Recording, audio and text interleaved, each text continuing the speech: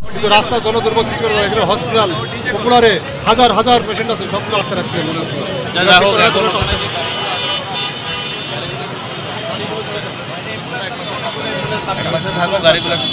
এখন আমরা এর প্রতিশোধমূলক বা এমন কিছু আমরা করতে চাচ্ছি না। আমরা এখানে কলেজের সামনে অবস্থান করতেছি, কিন্তু দেখা যাচ্ছে যে ঢাকা কলেজের কয়েকজন আমাদের স্টুডেন্টদেরকে মেরে আহত করছে, যার ভুক্তভোগী আমি নিজেই।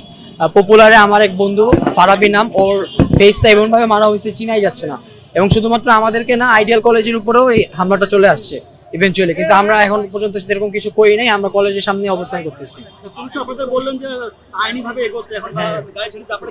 না, অবশ্যই আমরা সেটা দেখবো। পুলিশ স্যাররা যেহেতু বলেছে যে আইনিভাবে আমরা সাহায্য পাবো, আমরা এইভাবে আগাবো আশা করতেছি।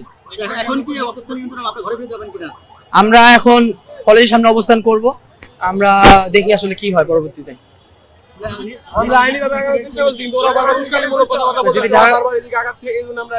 মানে উস্কানি যেহেতু দিচ্ছি, আমরা আমাদের তো বেরোতে হবে, আমাদের তো শান্তির বার্তা আমাদের ক্যাম্পাসে আসছি, কিন্তু ওরা বারবার ওদের ক্যাম্পাস থেকে এই সায়েন্স ল্যাব মোড় পর্যন্ত চলে আসতেছে। তাহলে আমাদের তো সেক্ষেত্রে ওদের প্রতিরোধ করতে হবে, এই জন্য আমরা এখানে অবস্থান করতেছি। ওরা ঘরে ফিরে গেছে, বারবার আসতেছে, এটা পুলিশ বলতেছে। আমরা তো এখান থেকে বাইরে যাইনি, আমরা তো এই পর্যন্ত ছিলাম। হয়তো তারা সকালে এক বাস এসে এখানে আক্রমণ করছে, মানে আমাদের এক বন্ধুকে পিঠে ছুরি মারছে, সেই ছুরি পিঠেই ছিল, ওইভাবে সে পপুলার হাসপাতালে গেছে। কারণ এইভাবে তারা আমাদের মাঝে মাঝে এইভাবে অতর্কিত হামলা করে, এবং সেই জন্য আমরা এখানে অবস্থান নিছি। আর পুলিশ যেটা বলছে, আমরা তো আর কি আমরা আগায় যাচ্ছি না।